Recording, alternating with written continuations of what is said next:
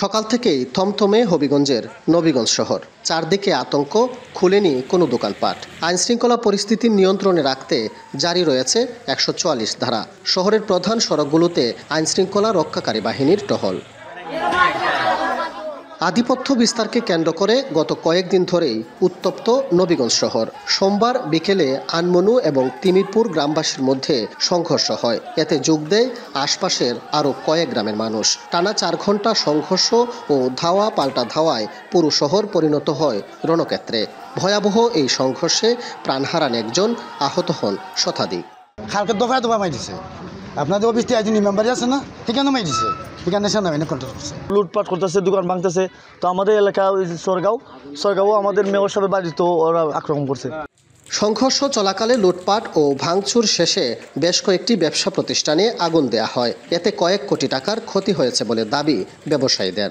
Passport certificate, metric থেকে 2 year degree পর্যন্ত certificate, passport, এরপরে আইডি কার্ড, এরপরে একটা কাপড় চোপড় আসলো, জুতা মোজাগুলো আর কি, পাশে একটা ব্যাগ ছিল বা টাকা পয়সা অনেক কিছু আছে। ব্যবসার মাঝে 15-20টা করে আগুন দিছে, লুটপাট করছে, মানে 2-4 কোটি টাকার ক্ষয়ক্ষতি হয়েছে।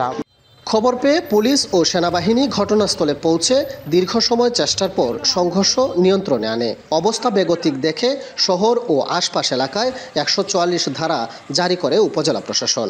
ঘটনার সাথে সংশ্লিষ্ট বা জড়িত তাদেরকে গ্রেপ্তার করা হোক এবং নবীগঞ্জ শহরটা যেন 144 জারি আছে, সেটা আরও আগে হইলে, সকাল টাইমে হইলে, 12টা হইলে ভালোই তো। পুরা শহর গন্ডগোল চলতেছে, এখন 144 তখন ঘোষণা হচ্ছে, সেটার খুব একটা এফেক্ট কিন্তু শহরে পড়ে নাই।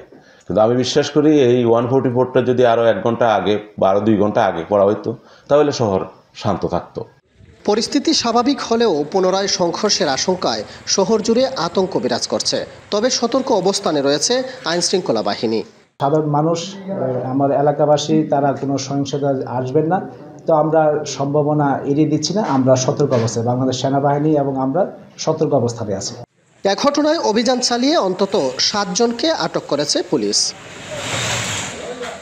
কাজল সরকার, এখন হবিগঞ্জ। শিয়া বাটার ও ভিটামিন ই সমৃদ্ধ লিলি হালাল বিউটি সোপ, তারুণ্যময় উজ্জ্বল ত্বকের জন্য।